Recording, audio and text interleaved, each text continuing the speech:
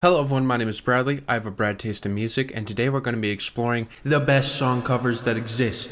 The original might have done it well, but these covers have done it better. Or at least that's what I hope's happening. The prompt of today, song covers that exceed the original. What I'm going to be doing is I'm going to be listening to the original song, or giving it at least a preview, and then seeing whether or not the cover that you give is better than the original. Without further ado, we're doing this by popularity. If you want to be in the next one of these videos, I occasionally check the community tab and see if there's any prompts. Usually you have a good amount of days before I do these. Of course, I'm going to give my own examples before we get into the comments. Starting with, of course, I've made a couple of covers of my own that are better than the original. I've made I Really Do Be Shooting Civilians featuring Elton John.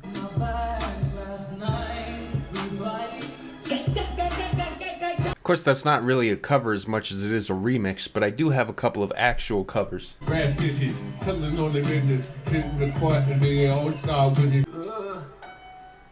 You know what? I don't even want to watch this video. This shit's embarrassing, okay? This came out way too long ago. I have a terrible cover of Old Town Road. I have a cover of Earth 2, which I also made into this shit. If anybody knows what's going to be good or not, it's me. And then my actual example that I gave was Nirvana's cover of Where Did You Sleep Last Night, which took the original song from Lead Belly and breathed new life into it and made one of the most powerful Nirvana performances ever. If you know, you know, okay? My girl don't lie to me. Tell me when did you sleep last night?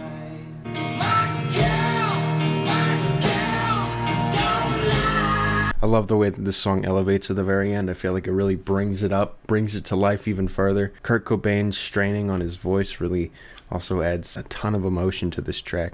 I just think he does a ton of justice. So yes, I think this cover is better than the original. Alright, so let's get started. They Might Be Giants cover of Istanbul, not Constantinople. The original fine piece of 50s music, but their cover brings it so much more life. Alright, let's give this a shot.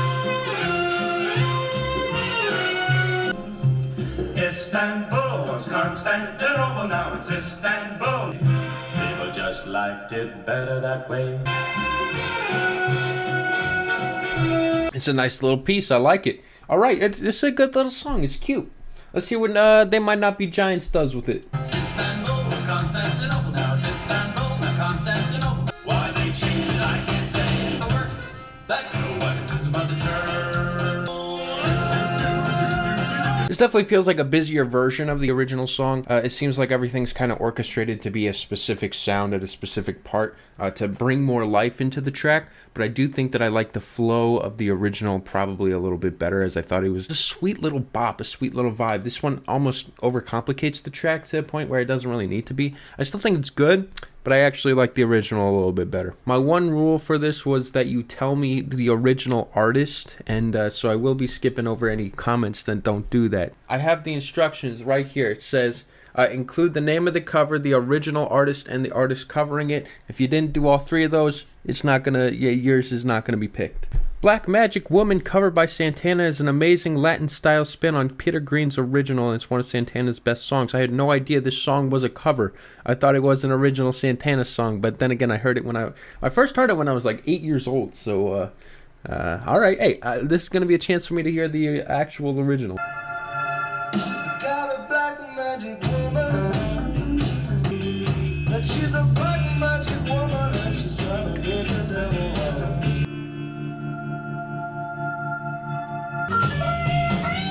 It's alright. It's not the most impressive track I've heard. It sounds okay. The Santana cover, maybe I have some bias, but I do think that it sounds like a smoother version of this. Just everything rolls over smoother. But then again, let's listen again. Let's see what I think after I hear it again.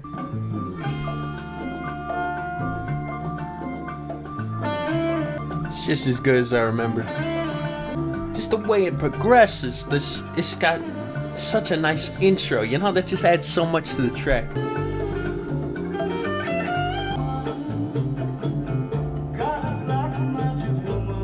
I mean, with the inclusion of the jam sessions, the actual magic that feels like that was pumped into this track, I feel like this Santana version really brings out the full picture. I like this version so much better. It's not even fair. New life has been breathed into it, so I gotta give the Santana song I like a lot better than the original. Killing Me Softly, song by the Fugees. This song has been covered many times since the original came out in the 1970s, but nonetheless I think Fugees' cover of the song was a beautiful combination of R&B, soul, and rap, and a perfect reminder of what made Fugees and Lauryn Hill so great. Killing me softly with his song.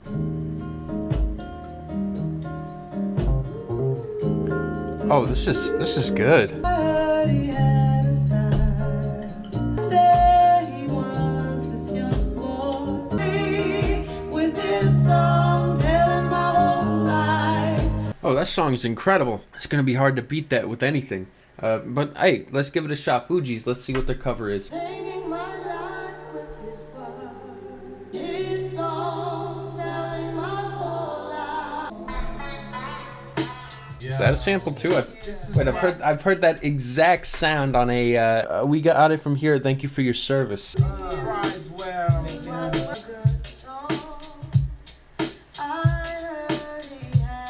feel like they each do their own unique thing with this song. This is more of a soulful twist on the track, where I kind of like the fleshed out, a sweet instrumental that was on the original. This is like a different twist to it. Yeah, I love both versions of this track. I think they both bring something very special in their own. Yeah, there's a unique feeling to each of these versions, so I'm going to say this one's equal. Respect by Aretha Franklin. Isn't this that one really classic song? Until recently, I didn't know that this was a cover. It's such a famous song and one of the most iconic songs in years. It was originally written by Otis Redding until it blew up with Aretha's version. I had no idea. Let's hear Otis's version.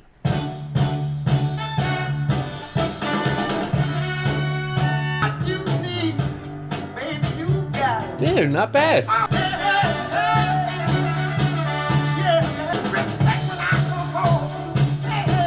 Otis is such a legend. I don't know which version I like better because Otis is so goddamn good. He's got energy like nobody else. But hey, you know what? I'm gonna hear the Aretha Franklin version again and see and compare the two, even though I think they're both winners in their own way. Oh, those background vocals.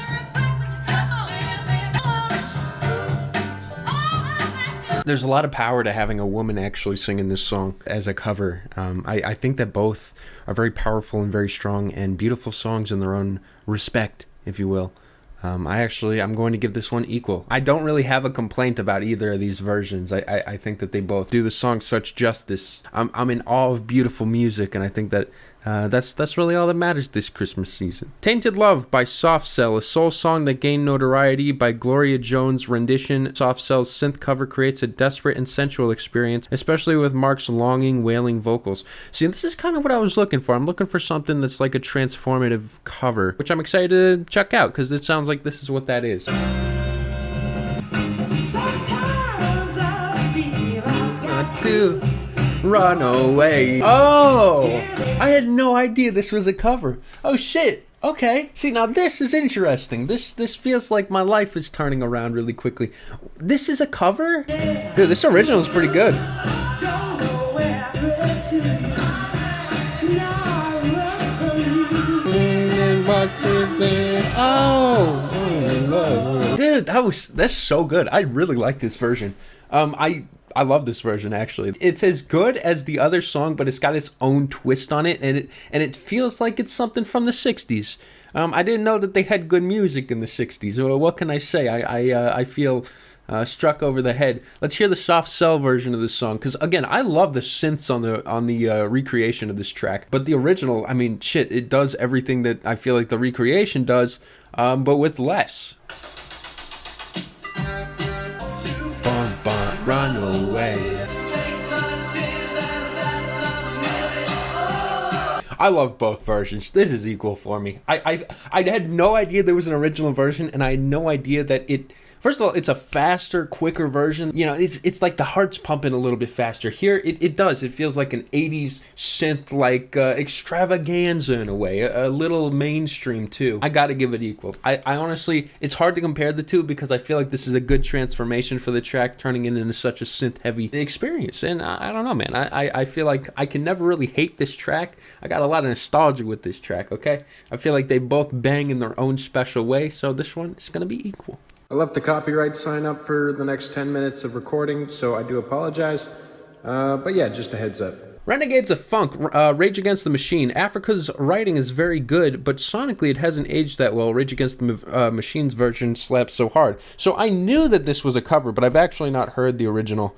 I know that they had Rage Against the Machine. They had an entire covers album, which, look, as a kid, I didn't even know that there was such thing as a covers album. I actually thought all that music was original when I first heard it. But as I've gotten older and I've discovered those tracks through near accident, it started to unfold to me, oh yeah, I guess Rage Against the Machine didn't write all these tracks. Is this the original? I don't know if this is the original because it's so different from what I was expecting. Oh my god, I guess it is.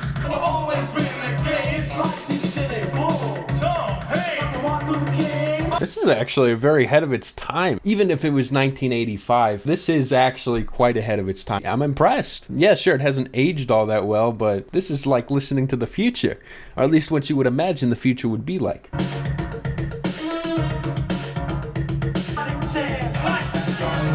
Dude, this is like a funky, crazy journey that is like nothing I've ever heard before. Yeah, sure, it sounds kind of dated. I actually fuck with this pretty heavily. I think this is pretty cool. Let's hear the Rage Against the Machine version. Hard you try, you can't stop us now.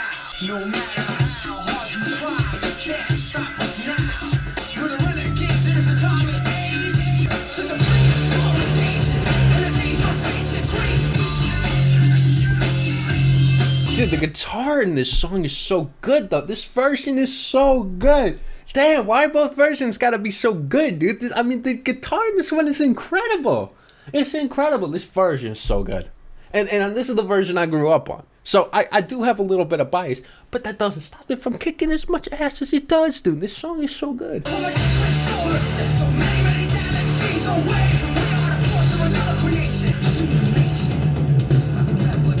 This version is so good. I gotta give it to this one. I think that this cover is better, but it's by technicality. I think the original is so cool. I think it's doing something I've never heard before, but this song just kicks so much ass.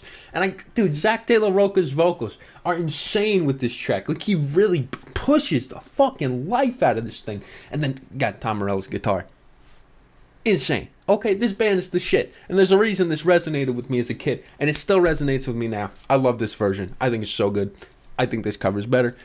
But I still feel guilty saying that. It's so good. Both versions, so good. Might be a little bit obvious, but Whitney Houston's I Will Always Love You. Dolly Parton's original is understated and beautiful. Then Houston took it and made it one of the most iconic pieces of music of all time. I love both versions, but as soon as The Bodyguard came out, it became Houston's song. The last chorus never fails to give me goosebumps. I had no idea this was a cover. I know. I'm learning a lot today.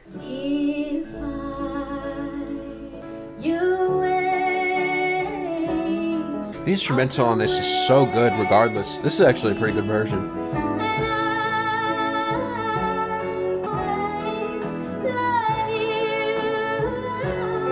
You know what? This is a completely different vibe. I think that this is like a more subtle, sweet kind of sound to this whole track. I like this version. I don't know, man. Is it me? Or is it that like good music gets covers? Like, because I just feel like the originals of all these songs have something that makes them stay legendary. Like, even this is like, it feels like a bed of flowers. I don't have a problem with any of this. She's really good at singing. That was a really beautiful song. I actually love that. I enjoyed that so much more than I thought I would, because the Whitney Houston version, like you said, is legendary. But I do appreciate this version. It's very sweet. Your way.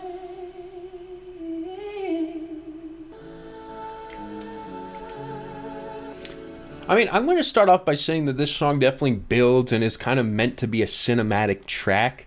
The other one's kind of more of just a chill, sweet song. But you can just see from the very beginning here, it starts off very slow. Like, there's no instrumental in the very beginning. It's just Whitney Houston's voice. She carries the song, by the way. I don't know the last time I've heard this song from front to back, so I'm actually a little bit curious about the journey of this track. And I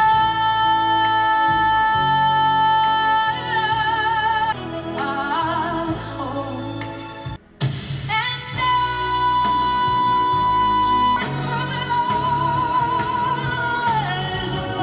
All right, I like the original version, but Whitney Houston like actually makes this song her own with some of the most like insanely over the top vocals I've ever heard. She is overperforming her heart out, and it is actually just a spectacular thing to even be in the presence of. And I feel like both songs really do bring their own in terms of what makes them good. But I really think that Whitney Houston kills this song. There's kind of no competition here. Whitney Houston, I think, does it better. Again, the instrumental and the feeling of the original is really what made that track really nice and a nice listen front to back. But this one, Whitney Houston just is a powerhouse. And she goes so hard for no reason. Why? Why does she have to go this hard on this track? The Man Who Sold the World by Midge Ure. This This version makes the song even more eerie and mysterious. Some prefers Nirvana's cover, but for me, this version exceeds both Nirvana and David Bowie. Alright, I'm curious. I'm going to hear all these versions, because Nirvana, David Bowie, I mean, how could you go wrong with these people? I mean, shit. And I will always love you.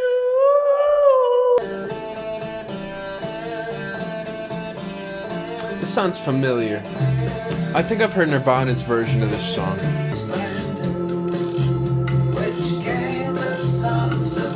David Bowie's so good at doing these weird things that I feel like if anybody else did, they'd sound like complete dog shit. But because it's David Bowie, there's like an artistic tinge to everything. This literally sounds, I'm not shitting you, like this sounds like a song that Interpol would cover.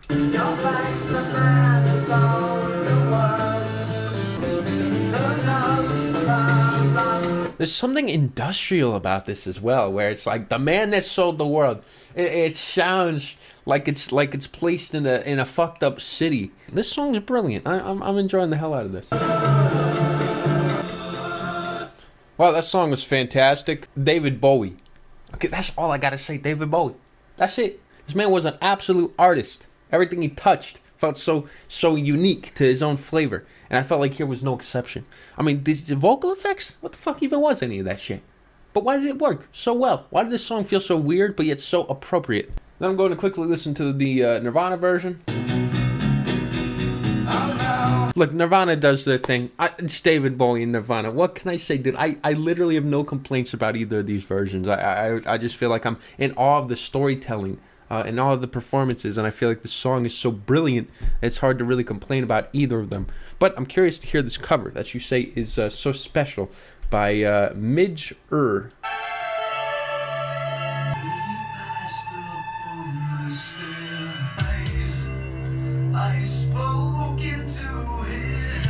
This feels very 80s.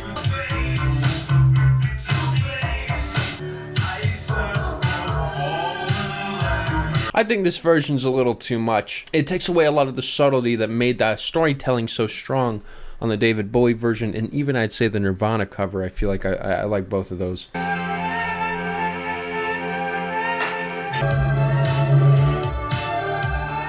You know what? The longer this goes on, the eeriness of this track is starting to unveil, and I don't know. I'm starting to get it a little bit better. You know what? I think that outro actually saved this track, where I think that it's like the song was good. It actually gave me some time to realize what this track was doing. It's dark. It's like dystopian, which kind of matches The Man That Sold the World. I kind of like this version. It kind of grew on me. I don't think it's as good as the original. I think that the original still, what made that so strong was that classical feeling to the track, the storytelling of the song. But I do think that this did add an original twist to it, and I like it. I think it's good. If I was to rank it, I'd say this version, Nirvana's version, David Bowie's version, but I think they're all good. I think they're all good in their own way. And that's going to be the end of part 1 for today's video. Thank you guys for watching. I know what you're thinking, Bradley, I want to see part 2. This video's only halfway over. Don't worry. Part 2 will come out faster than you can say, hey, where's part 2? Or actually, you know what? That's not actually true. You could probably say it faster than what is possible to come out. Okay, but it's going to be out very soon. I appreciate the patience. Love you guys, and have a great rest of your day. Peace out.